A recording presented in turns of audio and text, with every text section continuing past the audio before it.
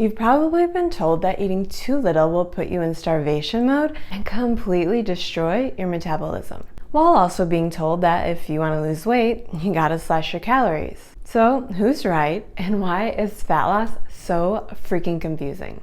As a busy mom who spent years terrified that I permanently crashed my metabolism with decades of yo-yo dieting, only to finally achieve my goal body in my 40s while eating more than I ever have, I'm gonna call BS on all of the metabolism fear-mongering. Because figuring out the difference between actual metabolic adaptation and what the Instagram experts call starvation mode helped me finally get unstuck, losing 50 pounds in the process and keeping it off. If you're a busy mom who just wants to know what works already, in today's video, I'll show you the real truth about what happens to your metabolism when you diet, why metabolic adaptation isn't the scary monster that you think it is, and exactly what to do when your weight loss stalls, even when you're juggling kids' schedules and barely have a second to think about calories, steps, and all of that other crap that we insist nobody has time for. When you understand the actual science instead of the scare tactics, that's when you can finally stop being afraid of your own body and start working with it instead of against it. But if you're expecting me to tell you that your metabolism is fragile and you need some special hormone protocol in order to fix it, that's the exact mindset that's keeping you stuck. And I know this because it's the same mindset that kept me stuck. After regaining 50 pounds, I worked so hard to lose. But before we can talk about what's actually happening to your metabolism, first, let's destroy this starvation mode myth once and for all. Because I can't tell you how many times I've seen women in the comment section saying things like, I'm eating 1,200 calories and not losing weight, so my body must be in starvation mode. Or, I'm scared to eat less because I don't want to damage my metabolism while I'm already running on empty from chasing kids all day. And I get it. Because for years, I was terrified too. I thought if I ate too little, my body would just shut down and hold on to every single calorie like it was preparing for some sort of zombie apocalypse. Which, if we're being honest, some days with kids, that's exactly what it feels like. But true starvation mode happens when your body fat gets dangerously low. We're talking like 5% body fat for men and maybe 10 or 12% for women. This is what happens to people who are literally starving, not busy moms who are trying to lose their last 20 or 30 pounds while trying to fit their kids' leftover chicken nuggets into their 1,500 calorie plan. When someone is actually starving, their body does everything it can to preserve life. Your heart rate slows down, your body temperature drops, you stop menstruating, you lose muscle mass rapidly, and your hair falls out in large clumps. It's a survival mechanism, and it is serious. But here's the thing.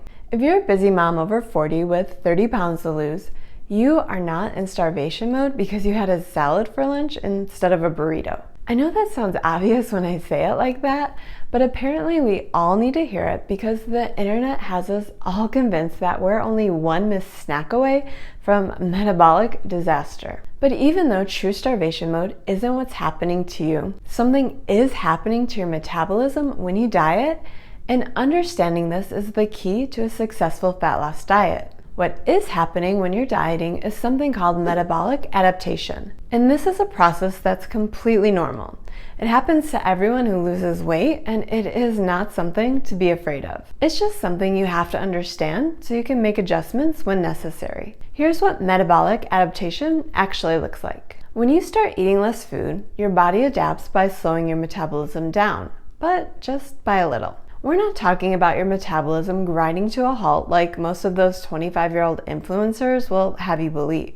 We're talking about maybe a 10 to 15% reduction in your metabolic rate while you're dieting. So if your maintenance calories were 2,000 a day, metabolic adaptation might bring that down to maybe 1,800 calories over time. Which is not nothing, but it's not this dramatic shutdown that some people make it out to be. Like your body is going into hibernation mode. And here's why this happens, because your body is actually pretty smart. Unlike that know-it-all in the comment section who told you that weight loss is easy because all you have to do is eat less than 1,200 calories a day. But that woman, not so smart. And I'll explain why in a minute. When you lose weight, you have less body mass to maintain. And a smaller body requires fewer calories to function. which is just basic physics, not some metabolic conspiracy. Plus, when you're eating less food, your body does become more efficient. So now your heart doesn't have to work as hard, you might move a little less throughout the day without realizing it, and your digestion requires less energy because you're processing less food. But this isn't your body working against you. This is your body adapting to your new reality, and the adaptation is usually much smaller than people scare you into believing. But I know what some of you are thinking. But Nissa, I have been eating 1,200 calories for months and I'm not losing weight. Doesn't that mean that my metabolism is broken? And I hear this all the time. But here's what typically is happening in that situation.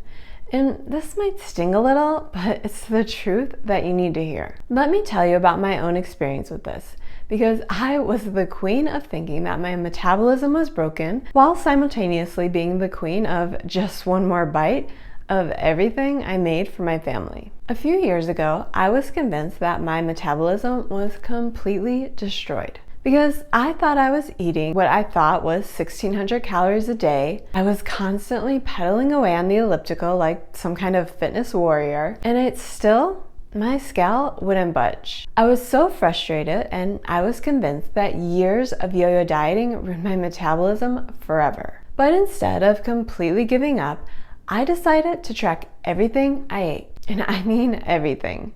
Every bite, every sip, every little taste while I was cooking, every meal out, and every time I finished my kids' leftover chips, because who throws those away? And you want to know what I discovered? I was actually eating closer to 1,900 calories, and that was just on the normal days that I thought I was being good. Because once I factored in the days that I'd eat meals out and averaged everything together, I was actually closer to 2,200 or 2,300 calories a day. All of those little bites and tastes and just this once moments were adding up to an extra 700 calories a day. No wonder the scale wasn't moving. I was eating an entire extra meal without even realizing it, one goldfish cracker at a time. So first, as you lose weight, your calorie needs will go down, which means the deficit you followed when you weighed 180 pounds might not create much of a deficit when you weigh 160 pounds. Your smaller body simply needs fewer calories just to maintain itself. And if you're thinking, well great, now I'll just have to eat 1,000 calories just to lose weight, please don't do that. And I'll explain why in a minute. But second, and this is a big one, most busy moms aren't actually eating as little as they think. I know that sounds harsh, but I've been there, and the math doesn't lie, even when we're too tired to add it all up. But here's what I want you to stop worrying about. You will never permanently damage your metabolism by eating a moderate calorie deficit for a few months in order to lose 20 or 30 pounds. But the key word I use in that sentence is moderate, which most women who want to lose weight do not understand. Because they either go all in, followed by binging once their body can't handle the stress from a low-calorie diet, or they're scared to make any moves at all, so they just keep researching miracle diets instead of taking action. And neither approach will get you where you want to go. Here's where most women make a huge mistake that actually makes metabolic adaptation even worse. They jump straight to 1,200 calories because they want results yesterday. And I get it. When you finally decide that you're ready to lose weight, you want it gone as fast as possible. You're tired of feeling uncomfortable in your clothes, you're sick of avoiding photos with your kids, and you think the faster you lose it, the sooner you can just get back to life. But here's the problem with starting at 1,200 calories right off the bat. Your body adapts much more quickly and dramatically to these extreme deficits. It's like slamming on the brakes instead of gradually slowing down. Let me tell you what I did differently this time that allowed me to lose 50 pounds without my metabolism fighting me every step of the way. Instead of starting at 1,200 calories like I'd done so many previous diets, I started at 2,000. Yes, you heard that right. I ate 2,000 calories a day to lose weight. Now, I know what you're thinking. Nissa, that sounds way too good to be true. How did you lose weight while eating that much? But here's why this approach works. Because this time I focused on 3 things that kept my metabolism higher throughout my entire fat loss journey. First, I prioritized building muscle through strength training. Since muscle burns more calories at rest than fat, the more muscle I built, the higher my metabolism stayed. So even when metabolic adaptation kicked in, I had more muscle working in my favor, which helped me never have to drop below 2,000 calories while losing 50 pounds. Second, I increased my daily steps significantly, going from being a couch potato getting around 3,000 steps a day to consistently hitting over 10,000 steps. And most of this wasn't even through formal exercise. This was just taking a long walk most days, paired with moving more throughout the day. And third, this time I wasn't in a rush. I knew my priority had to change to building muscle while losing fat, which just means the scale will go slower. But you want to know what I learned from finally having patience? Going slower actually gets you to your goal faster. Because even though it took me longer to lose 50 pounds than most people would like, this time I'm not regaining every pound I worked hard to lose. Having patience with a slow and steady strategy helped me establish the right habits that actually keep the weight off. And if you keep going into your fat loss plan with the idea that you'll just lose it fast now and figure out how to keep it off later, I am telling you, no you won't. Because of these 3 strategies, I was able to maintain that 2,000 calorie deficit for the majority of my 50-pound weight loss journey. I didn't have to keep dropping my calories lower and lower like I had to in the past. I never hit those frustrating plateaus where I felt like I was starving but not losing weight. Because even if I was just losing 2 or 3 pounds a month, I was still consistently losing. And accepting that fat loss just takes time is what finally got me to the finish line. And here's the best part. Once I reached my goal weight, I actually got to eat like an adult without quickly regaining every pound.